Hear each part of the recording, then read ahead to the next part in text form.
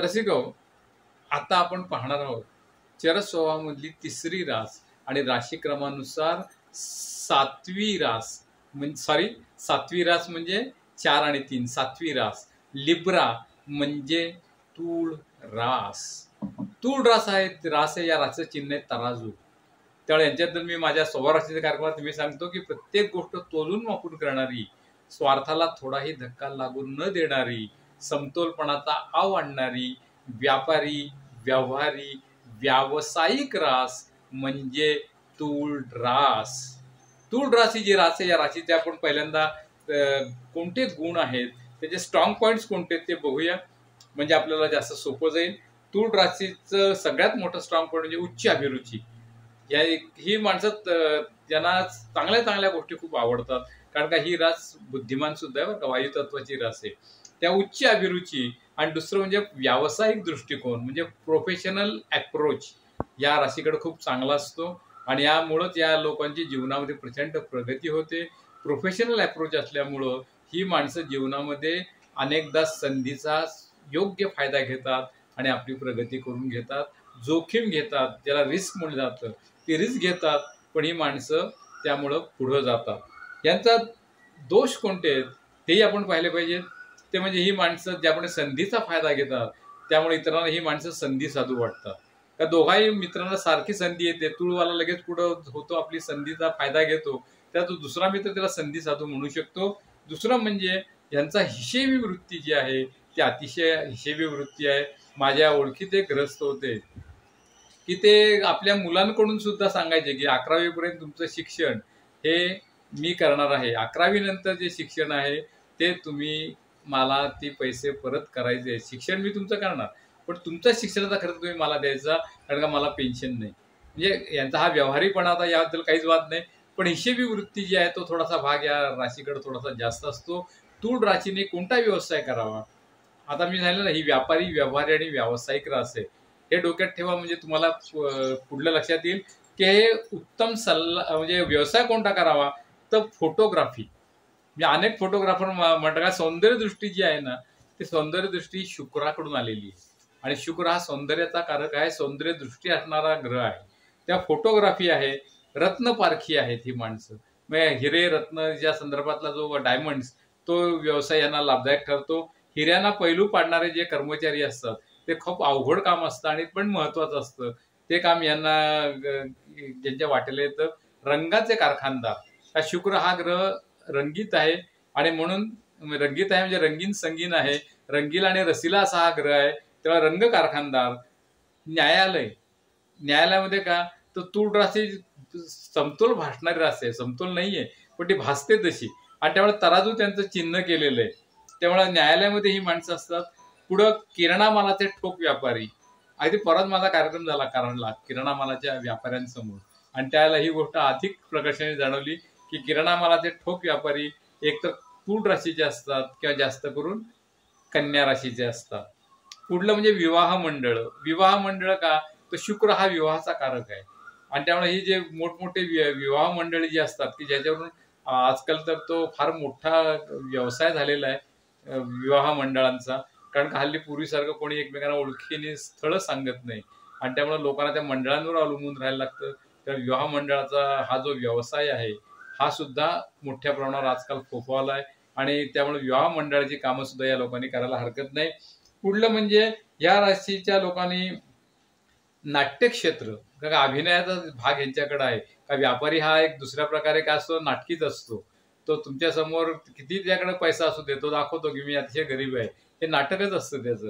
पुढला म्हणजे सुवासिक वस्तू. शुक्र हा सुवासिक वस्तूंचा कारक आहे, म्हणजे फुलं, सेंट, अत्तर या सगळ्याचा व्यवसाय या लोकांना लाभदायक ठरतो. आणि सगळ्यात महत्वाचं म्हणजे मिठाईचे व्यापारी, स्वीटमार्टवाले जे असतात ते त्यांनी म्हणजे तूळ राशीचे असतात बहुधा.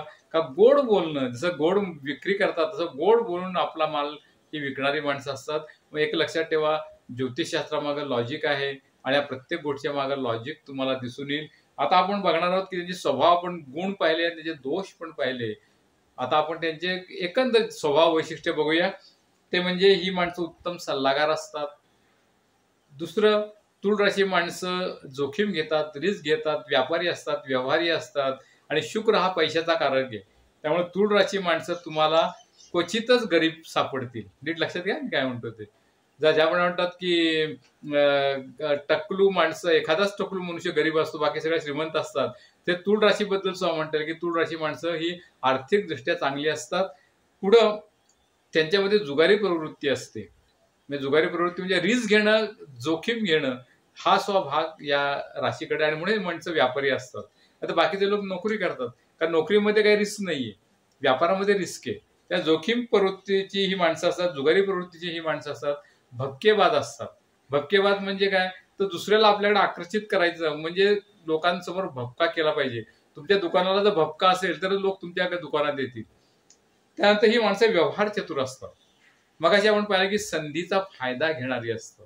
संधीचा फायदा म्हणजे आपल्याला जर संधी मिळाली तर आपल्याला संकट वाटतं, पण तूळवाले संधीचा फायदा करून घेतात. एवढंच नव्हे तर ही जगन्मित्र असतात. व्यापारी बघा कधीही कुणाशी भांडत नाही, का त्याला माहित असतं की आपलं दुकानावर एक दगड पडला तर आपलं नुकसान होईल. त्यामुळे तो नेहमी काय करतो, सगळ्यांची कौबा तू मोठा, तू शिवाजी, असं त्यांची प्रकारची एक प्रवृत्ती असते. आणि त्यामुळे ही माणसं जगन्मित्र असतात, व्यापारी असतात, व्यावसायिक वृत्तीचे असतात, शांत असतात. शांत म्हणजे कसे, हे मेष राशी बरोबर विरुद्ध बरं का. आणि हा सुद्धा एक गंमत आहे. मी राशींमधले योग जेव्हा तुम्हाला सांगेन तेव्हा हा फरक सांगेन तुम्हाला.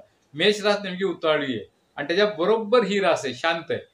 लगेच बोलून मोकळे होणार नाही, जे मनात आलं ते लगेच बोलून मोकळं म्हणजे मेष रास आहे. पण तसंच तूळ राशीचं नसतं. आपण जे बोलणार आहोत याचा ते प्रचंड विचार करतात. म्हणजे गमतीने म्हणता येईल की मेष रास म्हणजे प्रतिक्रिया आहे, की मनात आलं ते बोलून टाकलं. आणि तूळ रास म्हणजे प्रतिसाद आहे, की मी जे काही बोलणार आहे ते चांगलं आहे का वाईट आहे का, याचं मी जरी माझ्या मनाने मला वाटत असेल की हे खूप चांगलं आहे, तरी समोरच्याला चांगलं वाटेल का, या परिस्थितीत ते योग्य आहे का, या दृष्टीने ते शांत असतात. पुढलं म्हणजे कलावंत. मगाशी आपण पाहिलं की अभिनय ही मंडळी चांगला करू शकतात. त्या कलावंतांमध्ये तुम्हाला दिसतील सगळ्यात मोठा कलाकार, या शताब्दी मधला मोठा कलाकार कोण आहे, अमिताभ बच्चन. आणि ते तूळ राशीचे आहेत. कुंभ लग्न, तूळ रास. पुढं मृदुभाषी असतात, आक्रस्ताळे नसतात, आक्रमक नसतात, भांडखोर नसतात, मृदुभाषी. बाबा तुला तुला हे नकोय ना, तर नको बाबा, तू जा तुझ्या वाटेने, मी जातो माझ्या वाटेने. भांडत बसत नाहीत, वाद घालत बसत नाहीत. पुढं म्हणजे हिशेबी वृत्ती असते. मग अशी आपण पाहिलं की हिशेबी वृत्ती हा त्यांचा जो वैशिष्ट्य आहे, त्याच्यात त्यांनी थोडासा काबूत आणावं, अति हिशेब करू नये. आणि पुढलं म्हणजे जोखीम घेणारे, रिस्क घेणारे असतात, रिस्क टेकर्स. तर अशी ही तूळ रास आहे. या तूळ राशीचे मंडळी चांगले सल्लागार असतात. म्हणजे त्यात मी नेहमी गमतीने सांगतो की चांगले सल्लागार असतात म्हणजे कसे असतात, की वृश्चिकवाले पण सल्लागार असतात बरं का. पण वृश्चिकवाल्यांचा सल्ला ऐकला की समोरचा गारीगार होतो, पण तूळ राशीवाल्यांचा सल्ला ऐकला की तुमचा किस्सा गरम होतो, गरम होतो. माझ्या एका मित्राने आपल्या मोठ्या भावाला विचारलं की दादा, मी कानाचा डॉक्टर होऊ का दाताचा डॉक्टर होऊ? दादा नेमका तूळ राशीचा तो म्हणला, हे बघ माणसाला कान 2च असतात, दात मात्र 32 असतात. तर अशी ही तूळ रास एक वेगळ्या प्रकारचा शेर, की तूळवाल्यांना कसं वाटतं, तर मुसीबत भी प्रगती की हरी भरी राह होती है, मुसीबत भी प्रगती की हरी भरी राह होती है, अंधेरी रात के बाद आने वाली सुनहरी सुबह होती है.